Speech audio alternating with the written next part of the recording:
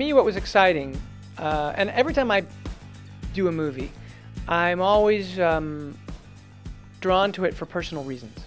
And so I had been approached about doing many tentpole movies, you know, superhero movies, different kinds of movies, and I'd never accepted one because I couldn't figure out my way in emotionally into the story.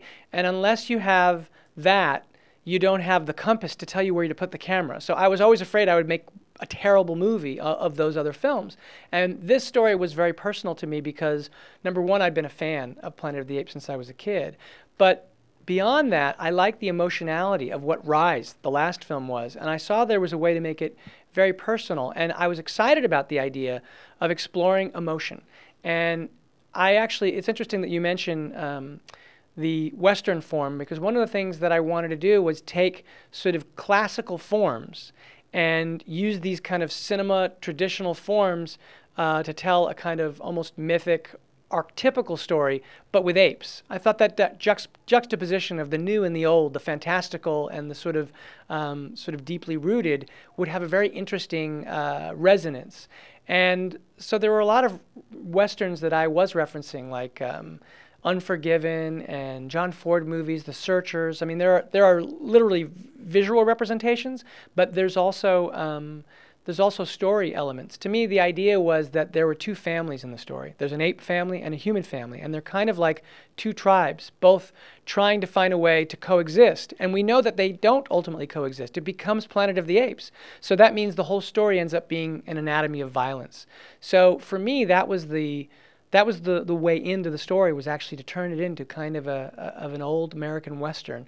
And in terms of the action, what was important to me, you know, the last movie was a very propulsive narrative, and they were escaping, essentially. You know, he freed them from bondage. It starts as a very intimate story. He's ripped away from his family, Caesar. He's sort of unjustly imprisoned, and then he leads an insurrection, and by the time there's the big conflict on the Golden Gate Bridge, you have no ambiguity about the rooting interest. You want the apes to win. You want the humans have treated them terribly. But this was a story in which I wanted there to be no villains. The humans were not going to be villainous, and so, and neither were the apes. And so it meant that the action had to be filtered through that emotional point of view. So we have a very big battle scene in the movie, but it's actually one where you're meant to feel uncomfortable about it because there's no one that you want to see lose or win, and it's much more about Caesar's son's awakening to the terrors of battle. So character was my approach to the action throughout. That was the key. And so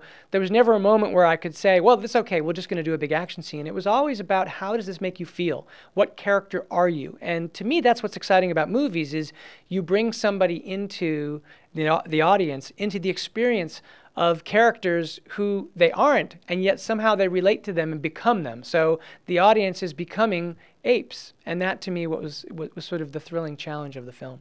Well, you know what happened was, when I came in, like I said, I loved Planet of the Apes since I was a kid. I loved Rise. I was really excited about the idea of coming in and talking to them. And they pitched me the story that they wanted to do. And it took place in the post-apocalyptic human world. And the apes were very articulate, far beyond where they are in Rise and in the movie that we ultimately did. And it wasn't Caesar's story. And the thing that I loved in Rise, the previous film, was that it started off seeming like it was a human point of view, and then you realize at the end that it was Caesar's movie.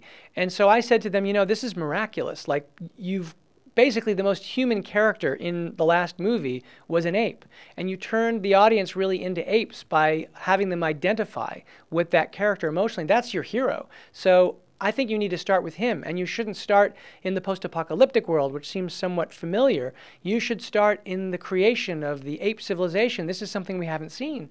And in a way, I think as an outsider coming in, I was the person who could tell them what they had succeeded at so brilliantly and maybe suggest a new direction that could go. And to my shock, they said yes. I mean, the thing about it is that I expected this to be one more reason why I wouldn't do this movie. But when they said that I could do the movie I wanted to do, I had no reason to say no, and then I was terrified. Mark Bombach, who wrote the script to this film, will be writing the script with me. We're going to do it together. I mean, he and I figured out the story for this film because, again, I came in and I pitched what I wanted the story to be. And then the next movie, when they asked me to do it, I said, sure. And so Mark and I are going to write the next story. And for me, the most exciting part, actually, is that we do know the ending.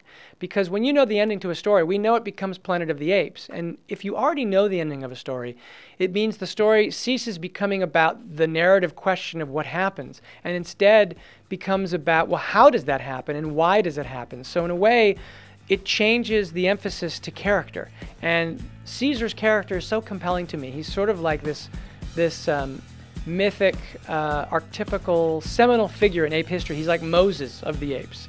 And the idea of following the chapters of this story that lead from this world to the world that we know of the '68 film is an exciting journey that I'm really excited about going on.